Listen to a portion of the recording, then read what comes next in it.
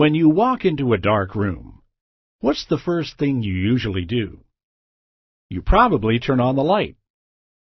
Do you know that the light is a result of electricity being sent to the lamp?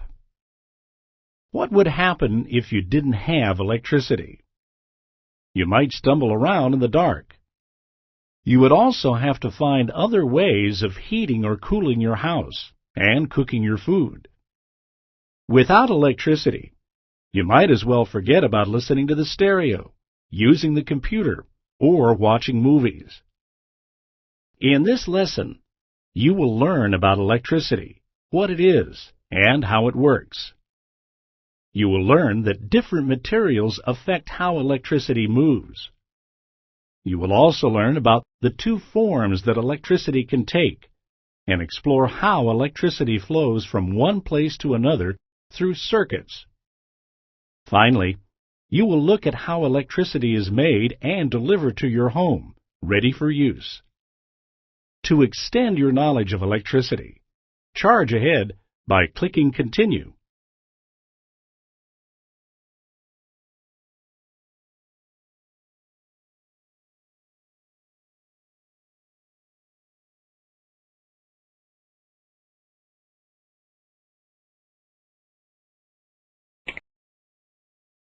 Electricity almost seems like magic, doesn't it? You flip a switch and a light across the room goes on. Though you can't hear, smell, or taste electricity, you can sometimes see it and feel it, and you can usually tell when it's working. Electricity is a form of energy, so it is sometimes referred to as electrical energy. It has the same characteristics of other forms of energy. Electrical energy is made of potential and kinetic energy. It has the ability to do work, and it can be transformed into other forms of energy, such as light energy in a light bulb, or sound energy in a stereo speaker. In some places in this lesson, you will hear electricity referred to as electrical energy.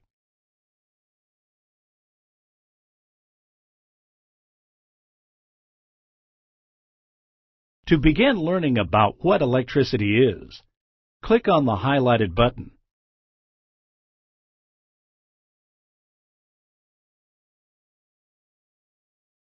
Before you can understand what electricity is, you will need to review charged particles. Recall that atoms are made of protons, neutrons, and electrons. Protons are small particles in an atom that carry a positive charge. Neutrons are small particles in the atom that are neutral, which means they carry no charge.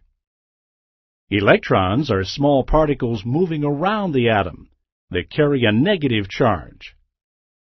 The number of protons equals the number of electrons in an electrically neutral atom. But sometimes atoms gain or lose electrons. It is the interactions between the charged particles, protons and electrons, which are important for electricity. Next, you'll learn how the interactions of charged particles can produce a push and pull.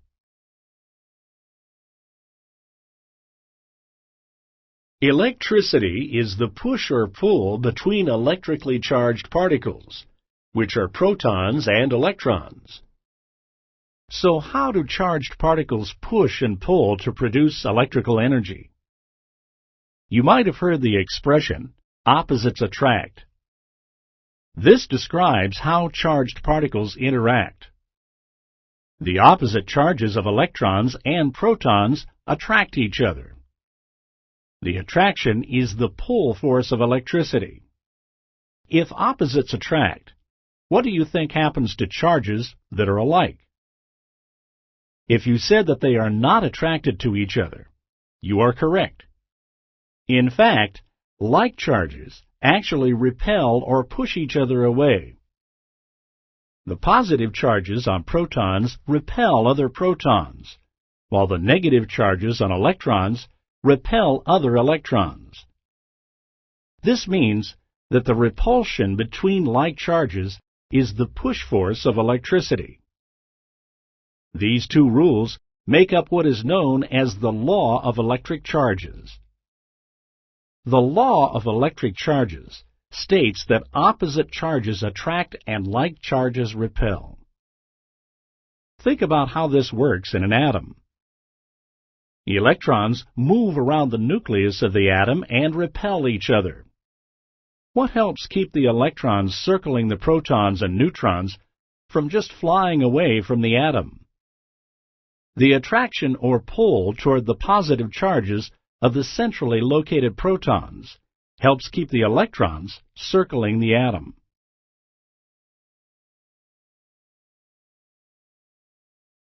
The attraction and repulsion described in the law of electric charges show that charged particles exert a force on each other. The force of charged particles on other charged particles is known as the electric force. You can think of the electric force between opposite charges like magnets sticking to the refrigerator. You can feel the magnet being pulled towards the refrigerator even before they touch. Have your parents ever made a meal that you didn't like? You found the meal repulsive and may have pushed your plate away. You didn't have to eat or even touch it to know that you didn't like it. The repulsive force between like charges is similar to facing an unpleasant meal. The like charges will be pushed apart when the charges are close enough to interact. In fact, the distance between charges is one of the factors that determines the strength of the electric force. The closer together the charges are, the stronger the force between them. You'll see how this is important when you learn about static electricity later in the lesson. Each charge has the potential to repel or attract other charges around it.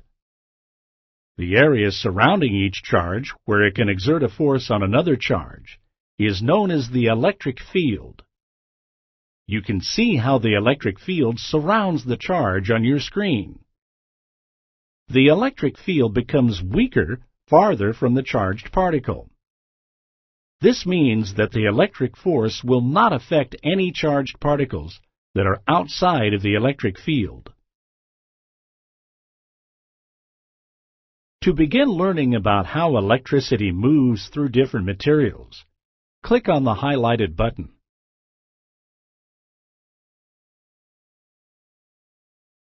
So far, you've learned how electrical energy works at the atomic level. You can probably imagine charged particles traveling around, with electrons being drawn toward protons and pushed from other electrons. Now, let's apply the law of electric charges to something bigger than atoms. The surfaces of many objects can become charged when the atoms of objects gain or lose electrons. Electrons can either be added to the surface from another object, or electrons within the object can be encouraged to come to the surface. Objects that have gained electrons are negatively charged, while objects that have lost electrons are positively charged. In either case, a small area of an object can be charged with electrons, like the balloon on your screen, or an entire object can become charged with electrons, like the gold bar. The material an object is made of determines whether the electrons move through the entire object or stay in a small area. Depending on how well charges move through them, most objects can be classified as either conductors or insulators. Click on the Conductors and Insulators to learn more. A conductor is an object made of a material that moves its electrons easily. In other words, the material transmits electricity well. Metals tend to be excellent conductors. Did you know most electrical wires are made of the metal copper? That's right. Copper is a good conductor, and so are gold, silver, aluminum, and other metals. Metals move electrons easily because of the nature of the bonds between metal atoms. Metal atoms easily give up their electrons to other metal atoms. Electrons are not held tightly to a single atom or group of atoms, so they can flow freely among all the metal atoms. It is this movement of freely moving electrons that makes metals good conductors. Things you don't think of as metals also conduct electricity. Nerve cells in your body, which contain metals, such as sodium and potassium, are specifically designed to conduct electricity. Tap water contains some charged impurities that help move electrons through it. So remember not to use electrical appliances around water.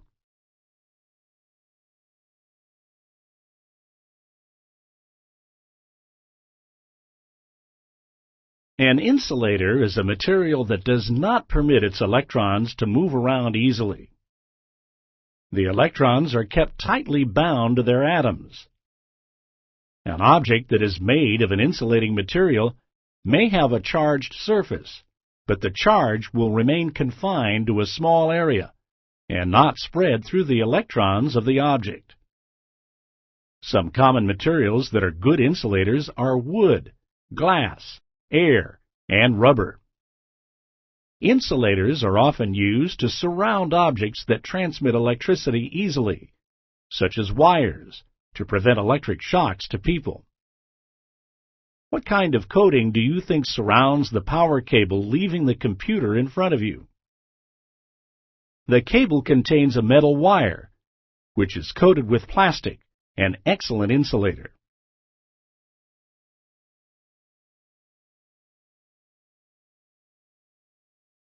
It's important to know that although insulators don't move electrons easily or carry much of a charge, they can still transmit some electricity. This is why sometimes people receive an unexpected shock when they touch some insulating material. Likewise, while conductors carry electrons fairly easily, some conducting material carries a charge better than other material. Click on Conductors and Insulators to review, or click Continue to move on. Now test your understanding of how different materials move electrons. Some materials will transfer electricity and allow the bulb to light up. When a material doesn't transmit electricity, the bulb will not light. First, click the test button for each type of material to determine if the material is a conductor or insulator. Next, drag each type of material to the conductor or insulator chart. Once you've placed each material in the conductor or insulator chart, check your work by clicking the Check Answer button.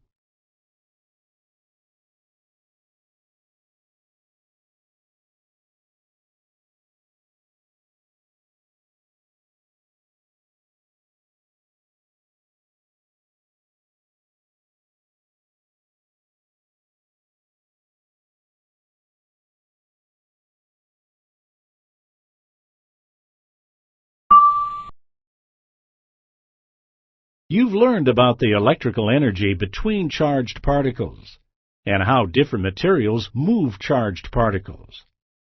Now, click on Forms of Electricity to see how electrons move between objects and across varying distances.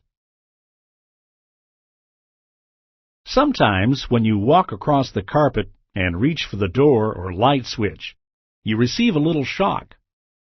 You may have also used a battery-operated device, such as a radio or flashlight.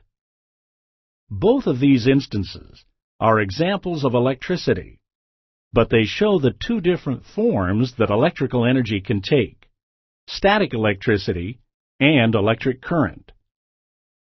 Next, you will learn how charged particles can jump between objects in static electricity or flow steadily through conducting material in electric currents.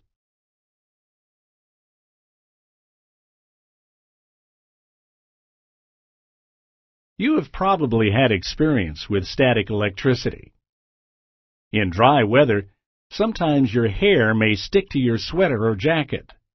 You may have noticed that the pages of a magazine sometimes stick together, or when your clothes come out of the dryer, they sometimes stick together. Even lightning during a storm involves static electricity. Static electricity is the buildup of excess charges on an object. The buildup of charges occurs when an object that holds its electrons tightly is in contact with an object that does not hold its electrons tightly. The loosely held electrons are transferred to the surface of the object with tightly held electrons. When you walk across the carpet, some of the atoms in your shoes hold their electrons more tightly than the atoms of the carpet hold their electrons. So the electrons rub off the carpet onto your shoes and to you, giving you a slightly negative charge. Because you carry a charge, you have the potential to conduct electricity, but the negative charges do not have a positive charge to move toward. The charges don't move, so this type of electricity is known as static. Knowing that static means stationary may help you remember static electricity. So how come you feel the shock when you touch metal, like a doorknob? When you reach out to touch the doorknob, the electrons covering your skin follow the law of electric charge. They force negative charges on the doorknob away from the surface, leaving the positive charges at the surface. When your hand gets close enough to the doorknob, the attraction of the positive charges on the doorknob pulls the excess electrons from your skin. This sudden movement of charge from your hand to the doorknob causes the shock and sometimes a spark.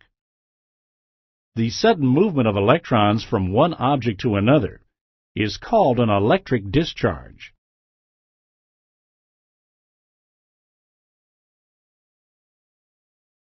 Lightning is a result of static electricity buildup in clouds. The water and air currents in storm clouds cause a buildup of negative charges on the bottom of the clouds. The negative charge on the bottom of clouds forces the ground to become positively charged, because negative charges of the clouds push the electrons further into the ground. When the negative charge on the bottom of the cloud becomes strong enough, the positively charged ground pulls the electrons from the cloud. This discharge of electric charges, or lightning, causes light and intense bursts of heat and sound. You recognize the sound as thunder. Lightning is a massive electric discharge caused by static electricity. Believe it or not, this is the same type of energy that causes your clothes to stick together when they come out of the dryer. The electrons have been transferred in the clothes, so some clothes are negatively charged with excess electrons, and others are positively charged because they have lost their electrons. The law of electric charges causes them to stick together.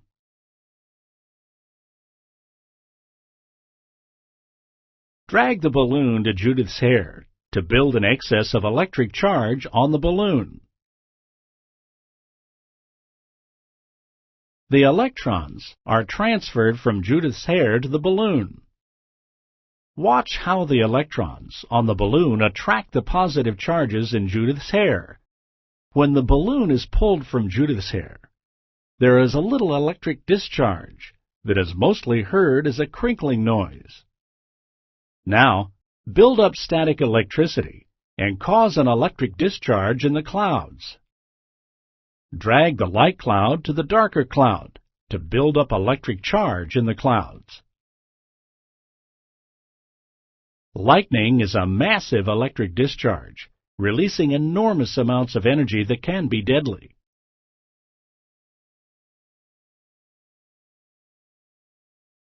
As you saw with an electric discharge from lightning, massive amounts of energy can be released by static electricity. It is difficult to convert these short, intense bursts of energy into electricity that is convenient to use. Most electronic devices need a steady and continuous source of electric energy, called an electric current. An electric current is a continuous flow of electrons, whereas in static electricity, there is almost no flow of electrons within an object. In electric currents, the electrons of an object flow. Electric current is similar to water flowing through a stream, and static electricity is like a pond. Both a stream and a pond contain water, but how the water moves is different. In electric current and static electricity, both systems contain charges, but how the charges move is different. Two factors affect how strongly the electrons will flow in an electric current: voltage and resistance. Learn about voltage and resistance by clicking each button as it is highlighted, beginning with voltage.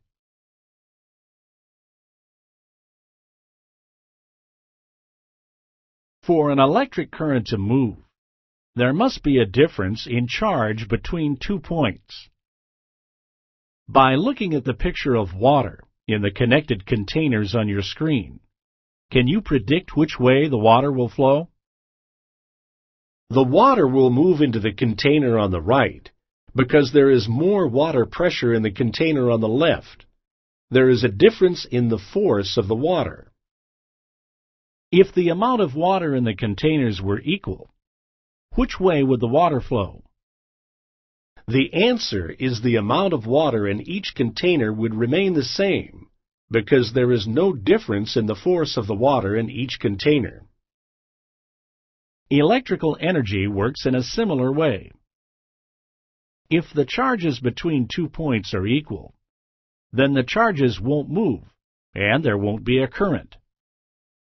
But if one point has more charge than another point, the electrons will move from the area with more charge to the area with less charge. The difference between the amount of charge at 2 points is known as voltage. When the difference between charges at 2 points is big, the voltage will be big. A larger voltage means that a larger amount of electric current can flow between the points, unless something slows it down. Voltage is measured in volts, which is abbreviated with a capital V. The voltage for electrical outlets is usually 110 to 120 volts in North America, and 220 to 240 volts for most of Asia, Australia, Europe, Africa, and South America. Batteries also come in assorted voltages. 9-volt batteries are 9 volts. AA batteries are 1.5 volts. And car batteries are about 12 volts. One battery on your screen is 9 volts, and the other is 6 volts.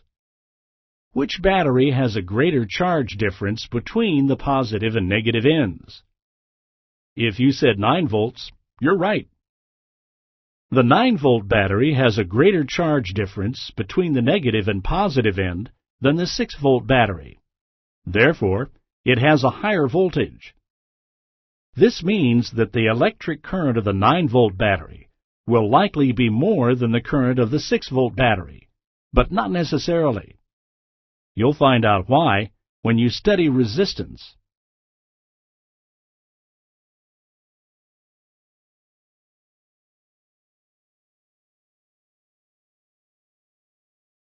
Let's compare an electric current to water flowing downhill in a stream channel. Voltage would be like the difference in height or steepness between upstream and downstream. How does water move through a stream channel with smooth, straight banks? The water flows easily down the stream. What happens to the flow of water from point A to point B if you put a wall in the stream? The wall slows down the flow of the water. Just like the flow of water in a channel, the flow of electrons can be slowed down when they flow through material. This is called resistance. Resistance is a measure of how difficult it is for electrons to flow through a material. The type of material moving electrons determines resistance.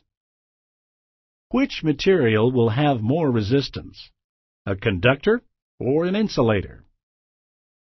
Because insulators keep electrons from moving around freely, they will have much more resistance than conductors.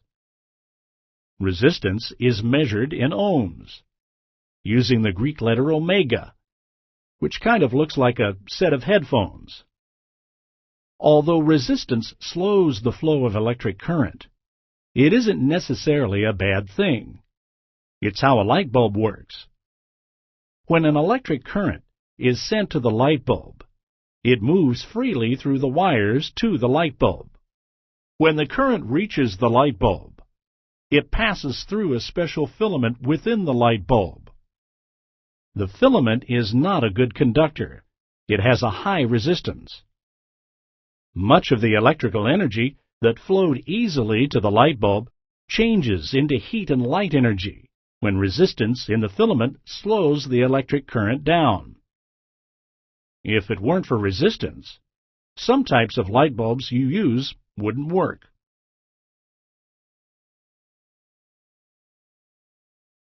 Click either voltage or resistance to review. When you're ready to learn how voltage and resistance interact to change the strength of an electric current, click Continue. Georg Ohm, a German physicist who lived in the 1800s, was the first to describe the relationship between electric current, voltage, and resistance. He found that the amount of voltage and resistance determine how much electric current flows through an object. Electric current is also known as amperage. Similar to how resistance is measured in units called ohms and voltage is in volts, electric current is measured in amperes or amps. Amperes or amps is abbreviated with a capital A. The relationship that Georg Ohm recognized can be expressed in what is known as Ohm's law. The formula for Ohm's law is current equals voltage divided by resistance, or A equals V over omega. You may have other materials that show the same equation as I equals V over R. In this case, I stands for current, and V and R are voltage and resistance. In this lesson, we use the units A for amps and omega for ohms, so we'll use the A equals V over omega equation. The formula shows that if voltage increases, the current will increase. However, if the resistance increases, the current will decrease.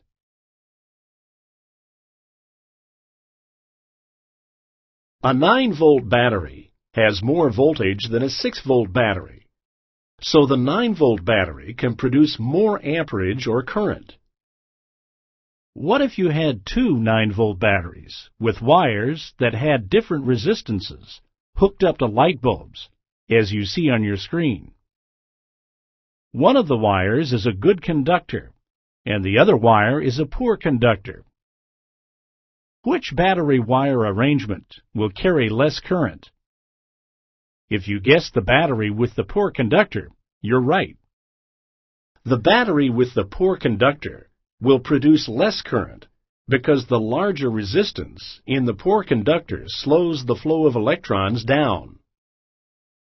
Notice how changing the resistance in the formula results in an opposite change to current. When resistance increases, current decreases, and when resistance decreases, current increases.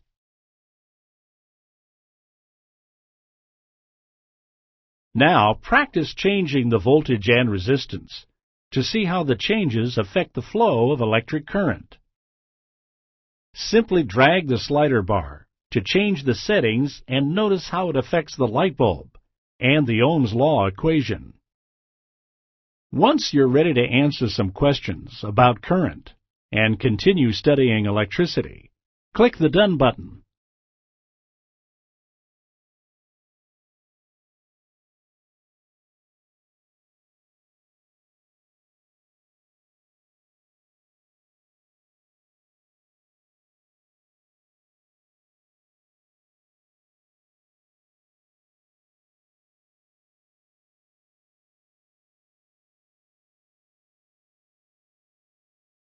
Match the units and symbols to voltage, resistance, and current.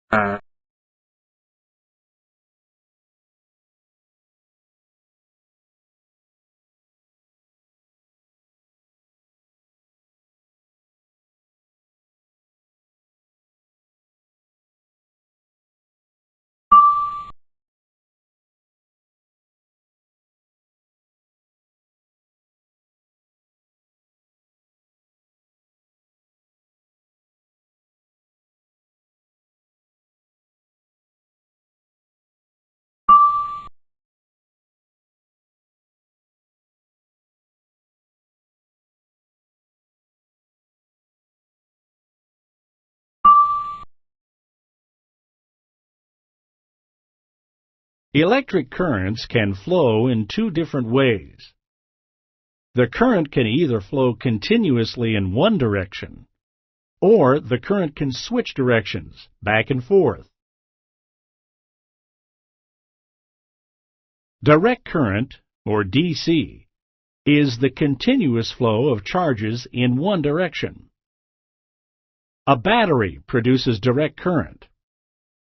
In an alternating current, or AC, the electron flow reverses directions constantly. The switch happens many times each second. The power in your home is alternating current. Many electrical devices will work regardless of whether the current is alternating or direct. You will learn later in this lesson why we use AC to power our homes and businesses. Just remember that voltage and resistance still determine the amount of current for both alternating and direct currents.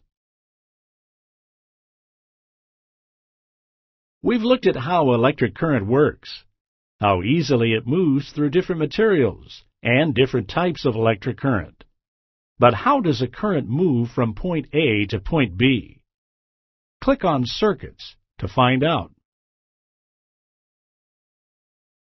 Currents can be controlled and moved by what are known as circuits. You are forming a circuit when you plug any electrical device into an outlet and turn it on. Circuits provide a pathway for electrons to travel and power electrical devices. In other words, circuits are a loop through which an electric current can flow. Think of a circuit like a circular racetrack. They both form a continuous loop. Horses race around a track, and electrons travel around a circuit. Circuits can either be opened or closed, but the electrical energy in circuits only does work when the circuits are closed.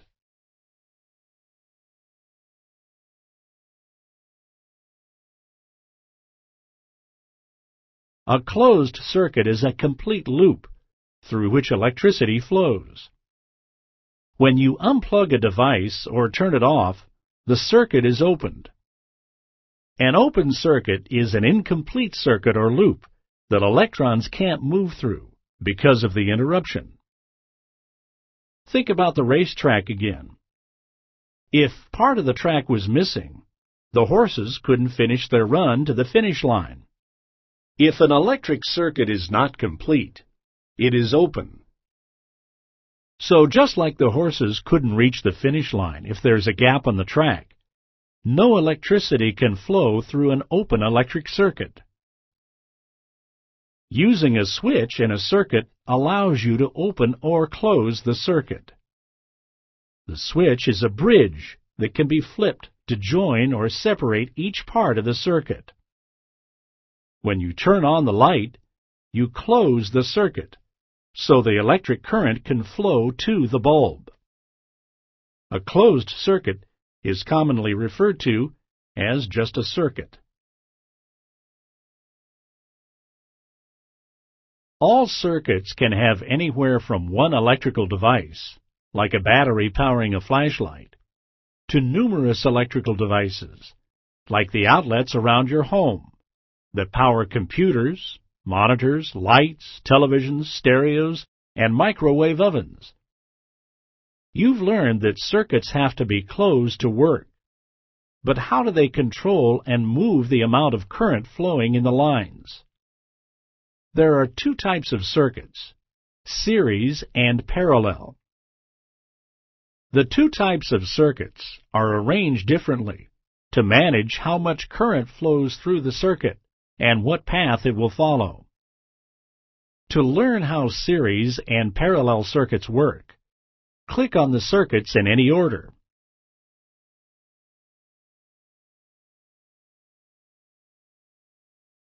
In a series circuit, there is only one path for the electric current to travel. The current moves from the more negative charge to the less negative or positive charge. If a series circuit breaks anywhere, the entire circuit opens. This means that the current can't flow, so none of the devices in the circuit will work. You may have seen this happen in some strings of decorative lights. If one bulb burns out, the flow of current is interrupted and none of the lights in the string will work.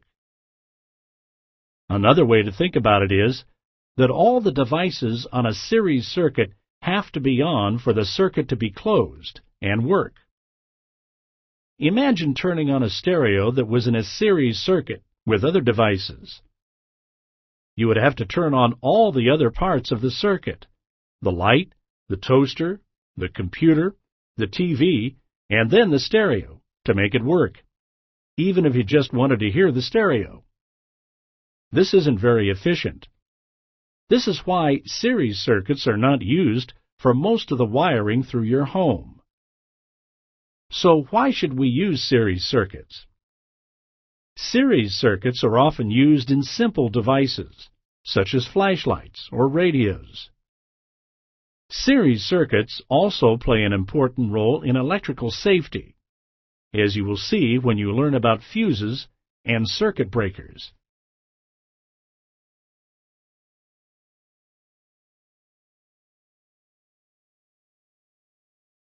In a parallel circuit, the electric current can travel through different paths. The wiring in your house runs in many parallel circuits. If the stereo, toaster, and television are on the same parallel circuit, the current to the stereo isn't dependent on the current that goes to the toaster or the television. If you turn off or open the circuit to the television, you can still run the toaster because the current can move through other pathways to reach the toaster. You can see in this example that the branches of parallel circuits are separate. This means that the current in each branch is separate too. The number of devices in a parallel circuit determines how much current will pass through the entire circuit. Each device that is using electricity in a circuit uses part of the current to do work. Every time a device is added to a branch and turned on, more current is needed in the circuit, so that all the devices in the circuit will have enough current to run.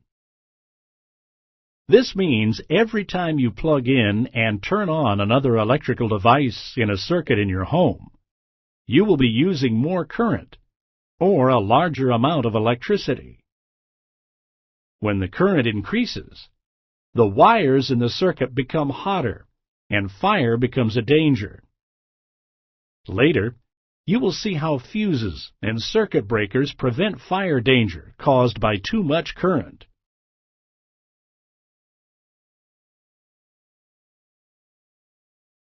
To review series or parallel circuits, click on either circuit or click Continue to move on. Practice moving electrical currents in series and parallel circuits. Click the switch to On for any devices needed to make the light bulb turn on. When you have finished, click the Check Answer button.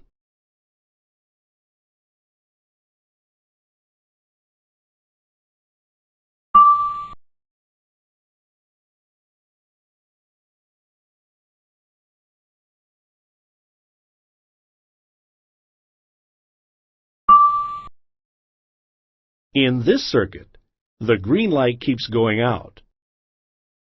What would you do to keep the blue light on even when the green light is off? Click on the answer.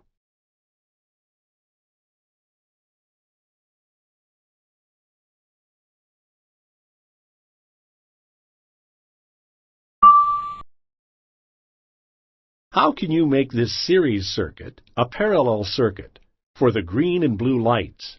Click on the answer.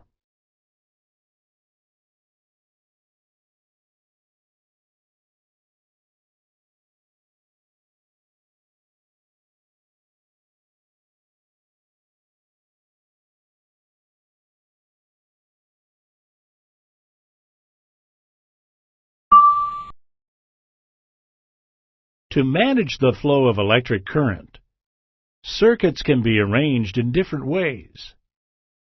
For instance, series and parallel circuits are two different kinds of circuits, but they can be used together to form what are called combined circuits. Combined circuits can move electricity around in different ways and organize the internal wiring of many complex electrical devices. Combined circuits often contain fuses and circuit breakers, which you will learn about next.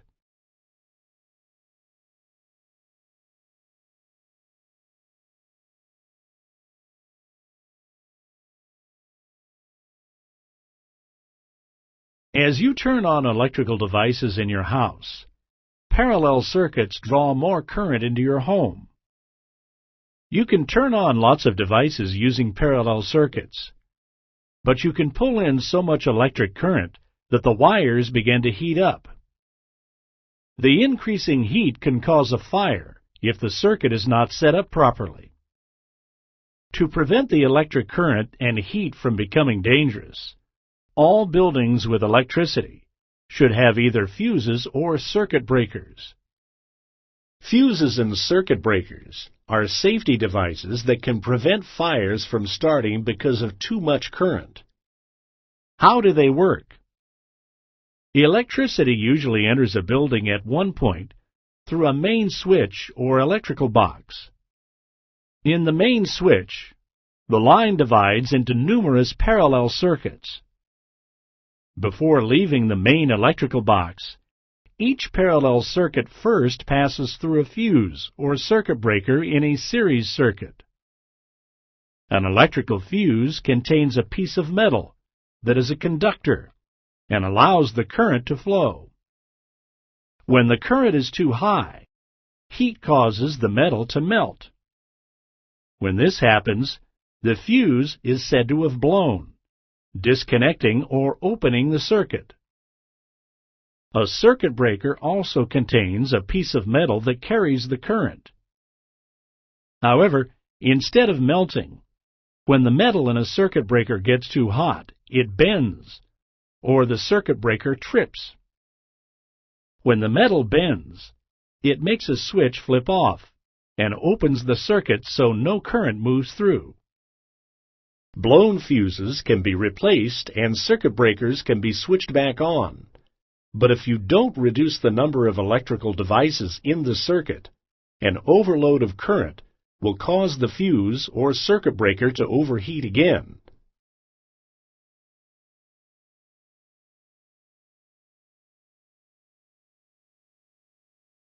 You can have up to 4 devices working in this combined circuit. Add one more device and see what happens when you add too many devices to a circuit.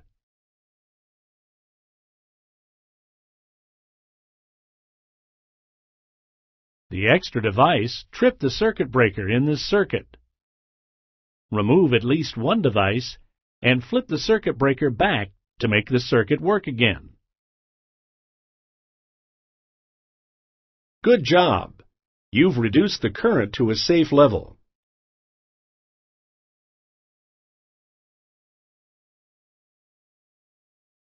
Click on Using Electricity to take a look at how electricity is used to power devices.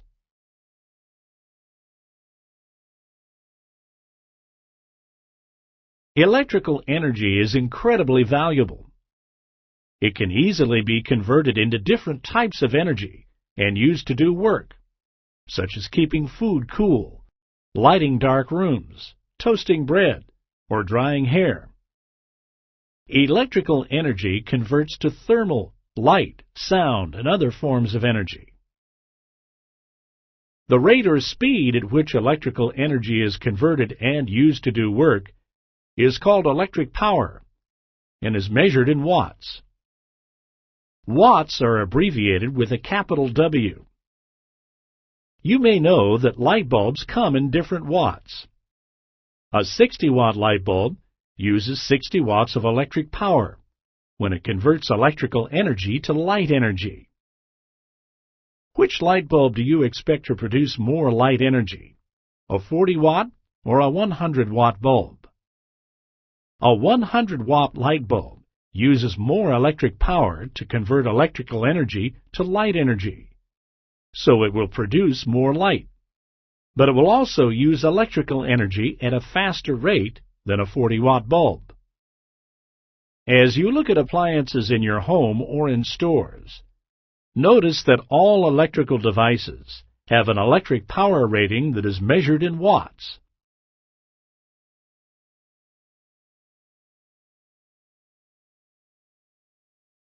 You may be careful about turning off lights and devices when you aren't in the room, and this is great because using electricity costs money.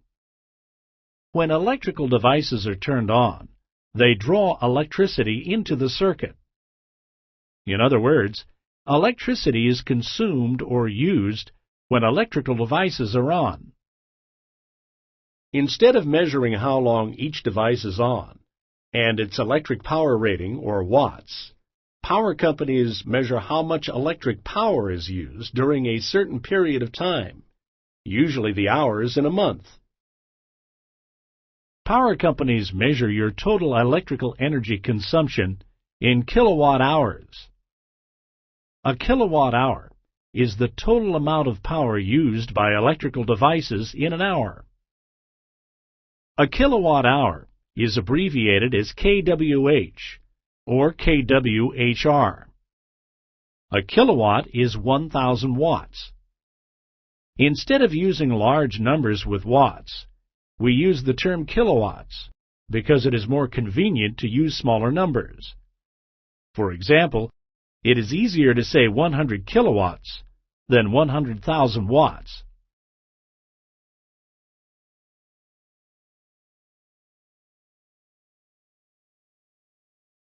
You've learned about electrical power in your home and how power companies measure power consumption. But where does this power for homes, schools, and businesses come from? As you will recall, energy cannot be created or destroyed, only changed from one form to another.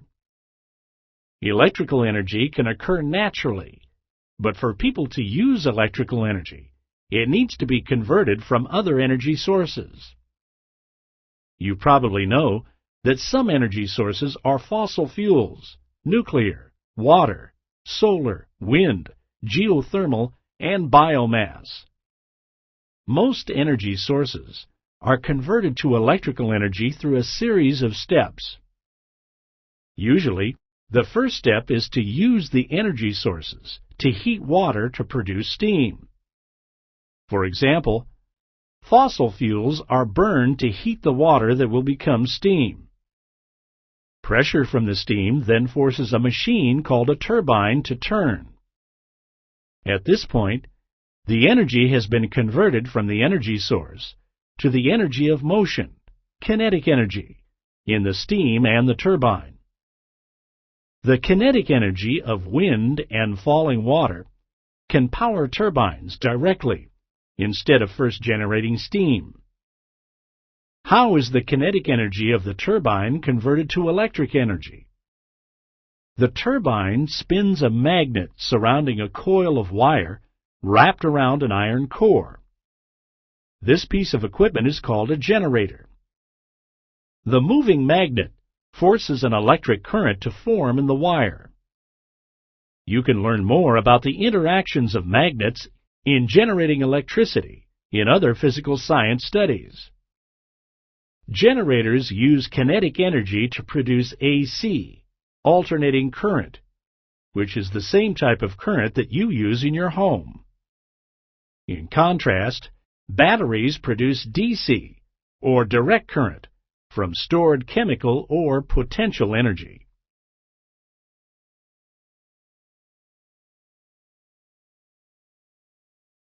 Once a generator converts kinetic energy to electrical energy, how does the electrical energy get to your home?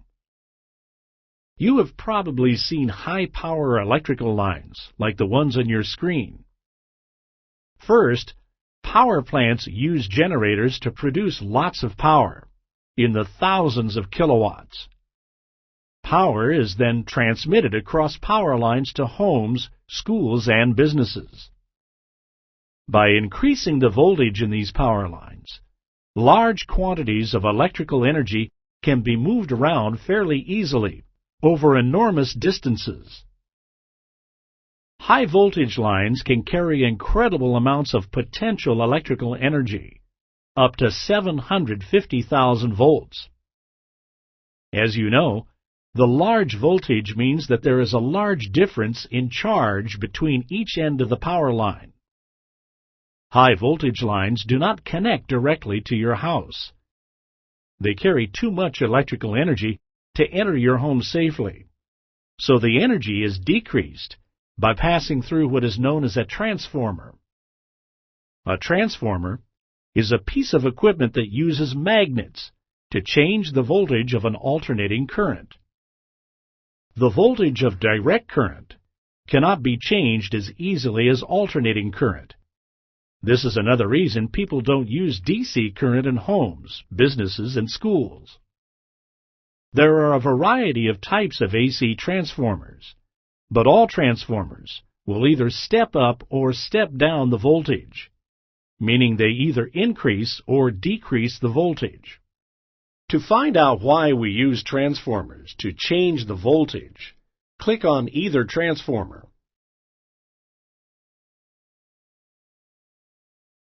Power plants generate a lot of electrical energy. Passing the electricity through a transformer increases the voltage.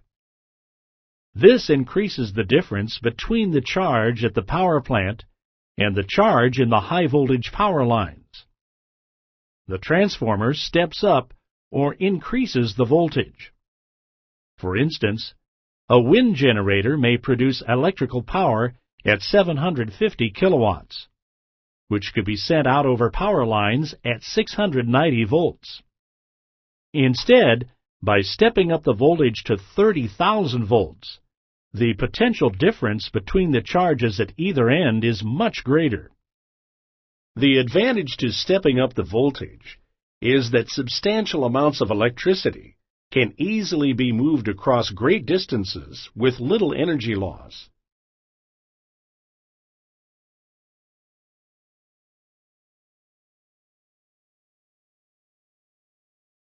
As you just learned, the voltage in high-voltage power lines is too high to be used in your home.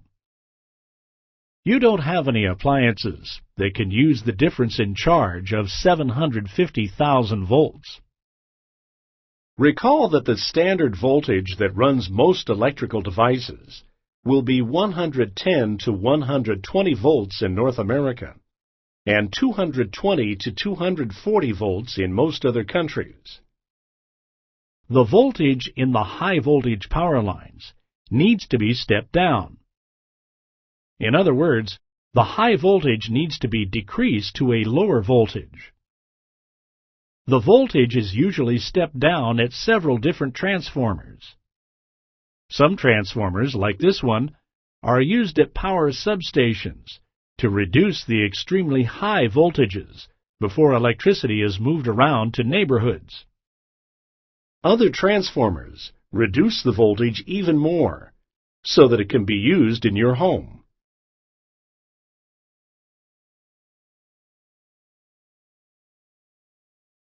Although the standard voltage in buildings is fixed at either about 120 volts or 240 volts, most electronic devices need more or less power than the wall outlet provides. The wiring inside the device will include different types of circuits, conductors, and even small transformers, all arranged to deliver the right amount of power to the device. Click on either transformer to review stepping up and stepping down, or click Continue to summarize what you've learned about electricity.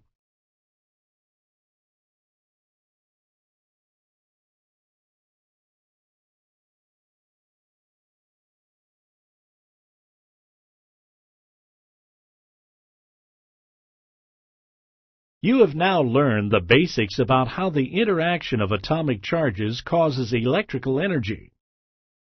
There are two types of materials, conductors and insulators, that determine how well electrons move. You have learned about two forms of electricity, static electricity and electric current, as well as the parts of an electric current, voltage and resistance. Electricity can only flow in closed circuits, through series, parallel, or combined circuits. You've also explored how electrical energy is generated, changed, and moved from power plants to your home. The next time you shuffle your feet across a carpeted floor and reach for the light switch, take a minute to think about how electron movement is started and how it is conducted across incredible distances to turn the light on, or across shorter distances as static electricity that can be discharged from your skin.